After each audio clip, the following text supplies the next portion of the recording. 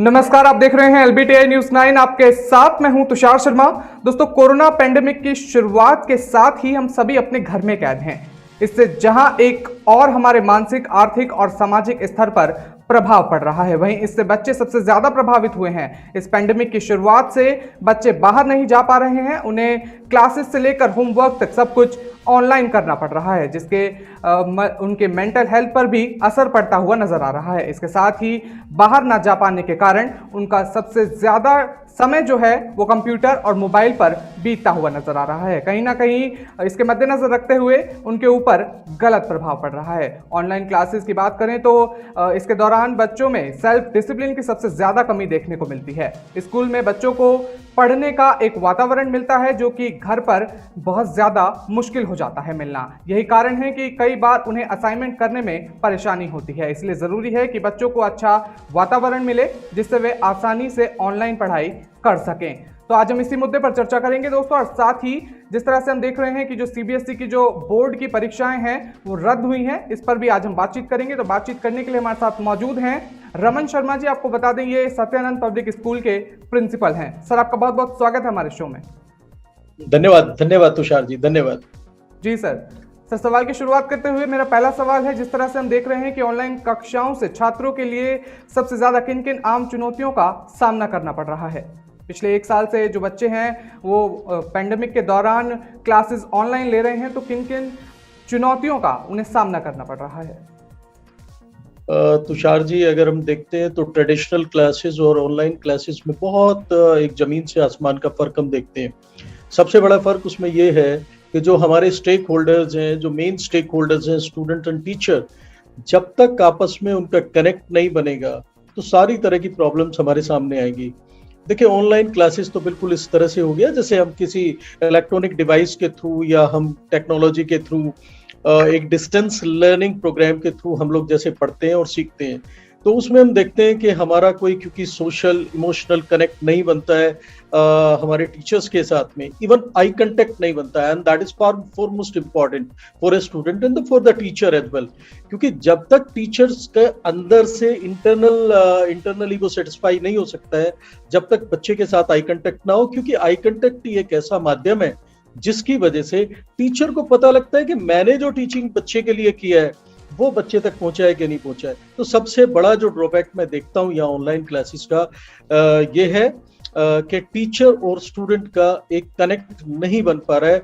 और आमतौर पे हम ये भी देखते हैं कि घर पर बच्चा जब ऑनलाइन क्लास ले रहा है तो उस समय पे वो वीडियो ऑफ कर देते हैं बच्चे, और वीडियो ऑफ करने के बाद क्या होता है कि बच्चे इनडिसिप्लिन्ड वे में अपना इवन अपने बेडरूम में, अपने ड्राइंग रूम में लेटे हैं कि बैठे हैं, और जस्ट उन्होंने ऑडियो ऑन किया है तो उसमें भी कुछ टीचर को पता नहीं लगता है कि बच्चा किस तरह से लर्निंग कर रहा है या नहीं कर रहा है, या पता लगा कि वो इधर उधर अपना घूम रहा है और वहाँ पे क्लास शुरू हो गया है। तो actually as a teacher we can not say कि whether we are giving the right education to the child और नॉट। तो ये भी एक सबसे बड़ा एक मुझे लगता है ये है। और साथ में एक और बात है कि हम यहाँ पर डिसिप्लिन खोते जा रहे हैं, क्योंकि डिसिप्लिन अगर नहीं है तो कुछ भी नहीं हो सकता है जी। तो मुझे लगता है बहुत जरूरी है कि हमारे क्लासेस ऑफलाइन हो, टीचर का कनेक्ट बने, और बच्चे के बारे में टीचर को एक्चुअली सही तरह से ये तभी पता लगेगा, इवैल्यूएशन वो बच्चे को तभी कर पाएगा जबकि वो बच्चा हमारे सामने होगा। जी सर, बिल्कुल तो मुझे लगता है कि इसकी बहुत सर आपने किस तरह से बताया कि कनेक्टिविटी बहुत ज़्यादा ज़रूरी है और साथ ही साथ आई कांटेक्ट भी बहुत ज़्यादा ज़रूरी है। तो इस यहाँ पर मेरा एक सवाल है, जिस तरह से हम देख रहे हैं सर, जो ऑनलाइन क्लास चल रही है बच्चों की, उसमें जो बच्चे हैं वो अपने टीचर्स के साथ अच्छे से कनेक्ट हो पा रहे हैं सर? देखिए, एक लेवल तक हम कह सकते हैं, एक लेवल तक टेक्नोलॉजी काम करती है, क्योंकि आप अगर ये सोचेंगे कि टेक्नोलॉजी से आदमी चलेगा तो ये हमारा गलत है सोचना। हाँ, आदमी की लाइफ में टेक्नोलॉजी एक लेवल तक, एक पर्टिकुलर पॉइंट तक आकर एक काम करती है, वो हेल्प भी करती है। अनडाउटेडली टेक्नोलॉजी बिल्कुल होना चाहिए, क्योंकि उसके बिना भी आदमी मतलब कोई भी बच्चा या कोई भी इंसान टेक्नोलॉजी के बिना आजकल बेकार है। तो टेक्नोलॉजी एक लेवल पॉइंट तक काम करती है, लेकिन उसके बाद हमारे क्योंकि एक इंसान एक कभी भी रोबोट नहीं बन सकता, और जो रोबोट है वो कभी इंसान नहीं बन सकता। Robot can not act like a human being. तो वो जो इमोशंस हैं, इमोशंस की वजह से ही एक मशीन और एक इंसान का फर्क होता है। वो इमोशंस नहीं आ सकते हैं टेक्नोलॉजी के थ्रू या ऑनलाइन के थ्रू। और एक और चीज जो मैं कहना चाहूंगा, जो हम काफी देख रहे हैं आजकल, बच्चों के हेल्थ इशू भी आता है जब बच्चा ऑन स्क्रीन रहता है एक लंबे समय तक। और छोटे छोटे बच्चे हैं, उनकी आइज पे भी इफेक्ट पड़ता है काफ़ी ज़्यादा। और दूसरे बाकी कुछ सोशल इवेल्स भी हैं, जो कुछ सोशली बच्चे जो इलीगल लिटरेचर कई बार देखने लगते हैं।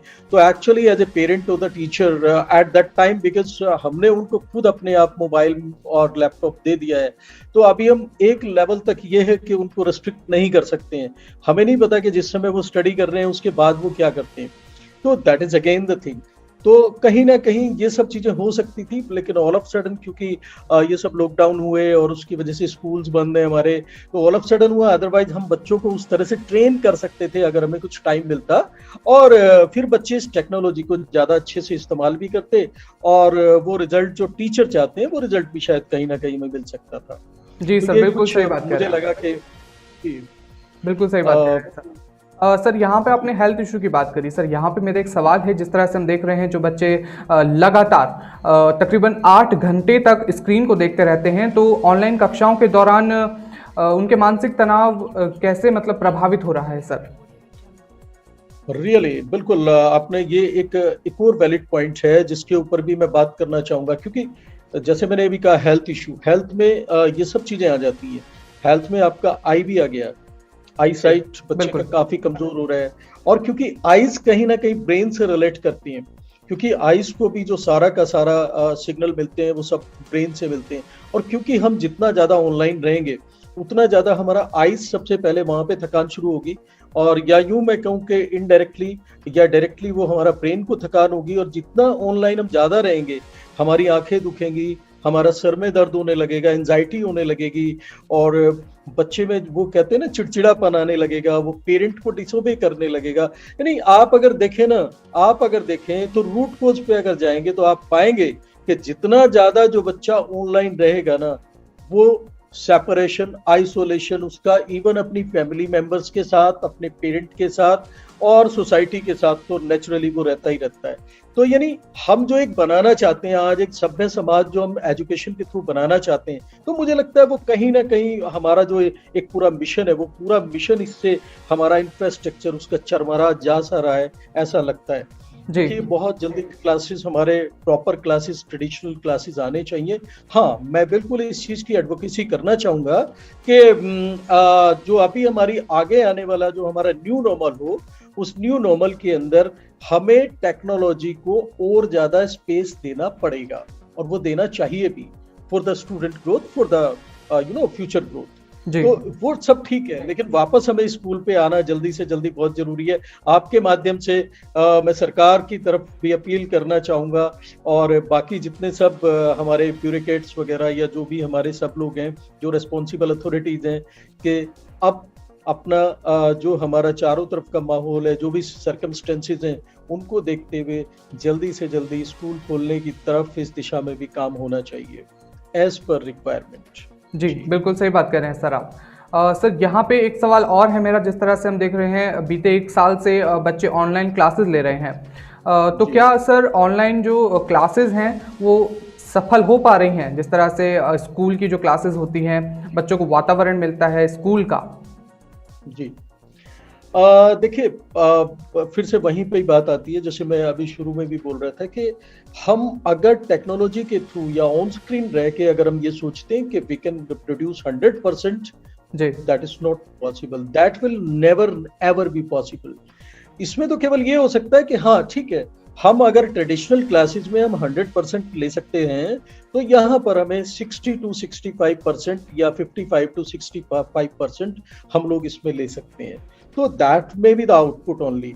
बट अगर क्लासेस बिल्कुल नहीं हो रही है, तो उसमें फिर ये अगर 55 या 70% या 60% हमें मिल रहा है, that is once again far more better.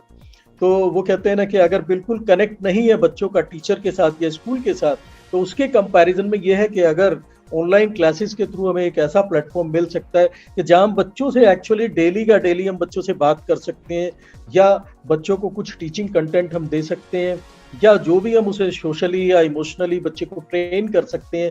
तो whatever be the result, that is the positive sign and that is in the credit form. जी तो सर। लेकिन हाँ, ये फिर से मैं कहूंगा कि 100% तो नहीं है, जी, और वो कभी नहीं होगा। बिल्कुल सही बात कह रहे हैं सर आप। सर ये तो बात रही ऑनलाइन क्लासेस की, अब यहाँ आपका मैं ध्यान सीबीएसई की परीक्षाओं की तरफ ले जाना चाहूँगा। सर जिस तरह से हम देख रहे हैं कि सीबीएसई ने 12वीं की जो परीक्षाएं हैं वो रद्द कर दी हैं।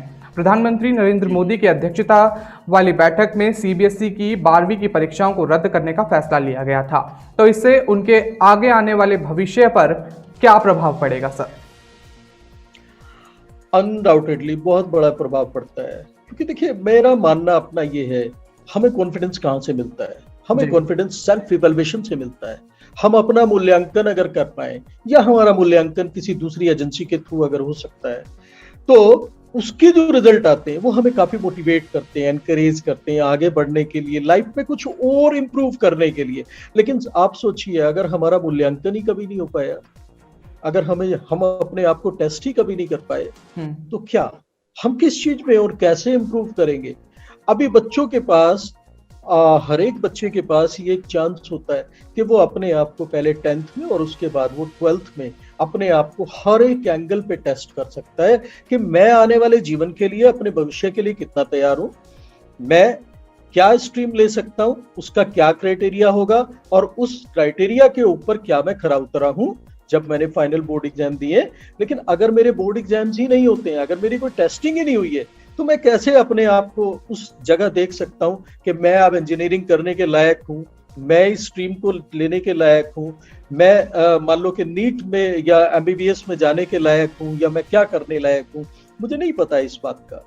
फिर तो बस सब कुछ वो हो गया कि हमने अंधेरे में तीर चलाया जी और सर, वो अगर बिल्कुल। लग गया तो सर यही जिस तरह से आप बता रहे हैं कि बच्चे बहुत ज़्यादा मतलब डाउट में हैं, तो यहाँ पर सर एक सवाल और है कि जो मतलब रद्द परीक्षाएं की गई हैं सीबीएसई की, तो इसमें बच्चे मनचाहा सब्जेक्ट मतलब मनचाहा कोर्स कर पाएंगे?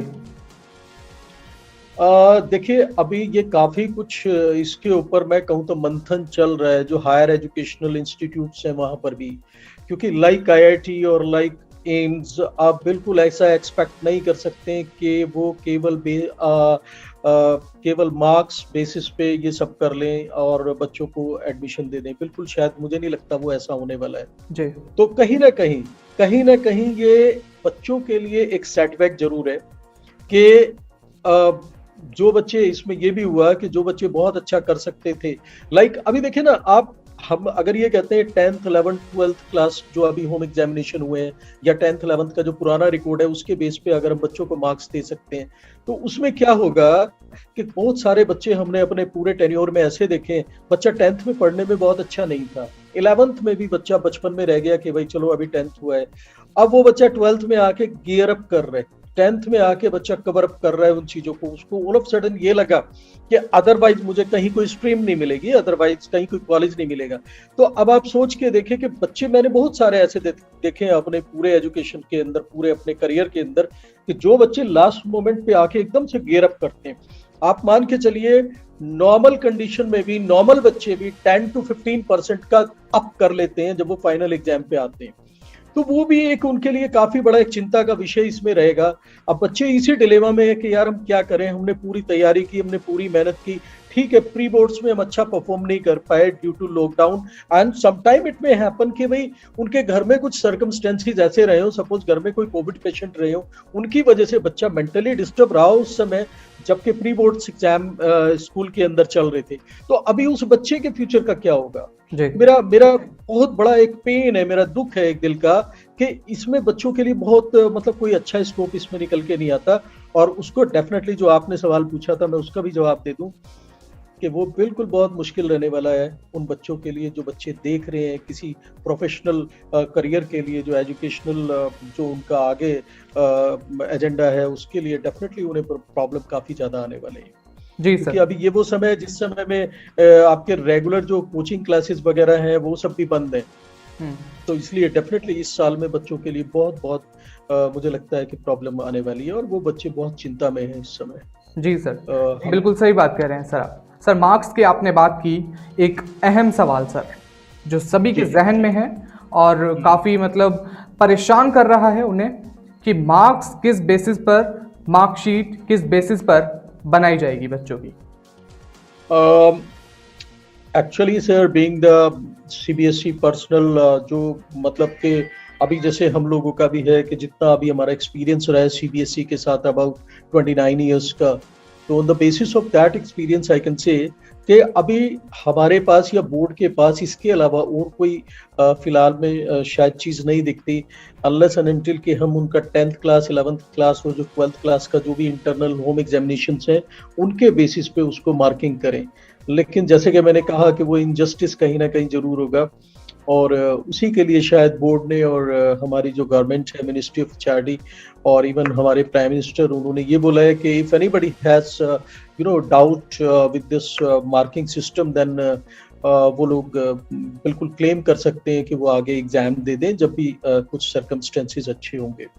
तो लेकिन ये अभी तक फिलहाल में यही है कि 10th 11th 12th या केवल 11th 12th का जो क्राइटेरिया है, जो अभी उनके बच्चों का जो इंटरनल मार्क्स थे उन्हीं के बेसिस के ऊपर शायद जिस तरह से 10th क्लास का रहा है तो उसी के बेसिस पे शायद वो लोग करेंगे।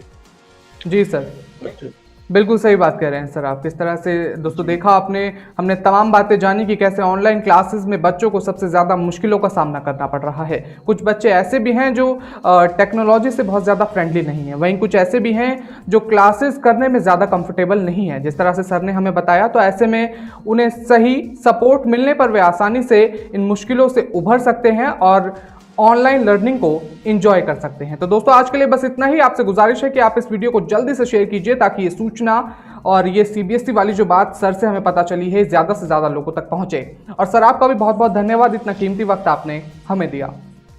धन्यवाद धन्यवाद तुषार जी, थैंक यू। तो तब तक के लिए हमारे साथ बने रहिए LBTI News 9 में। धन्यवाद।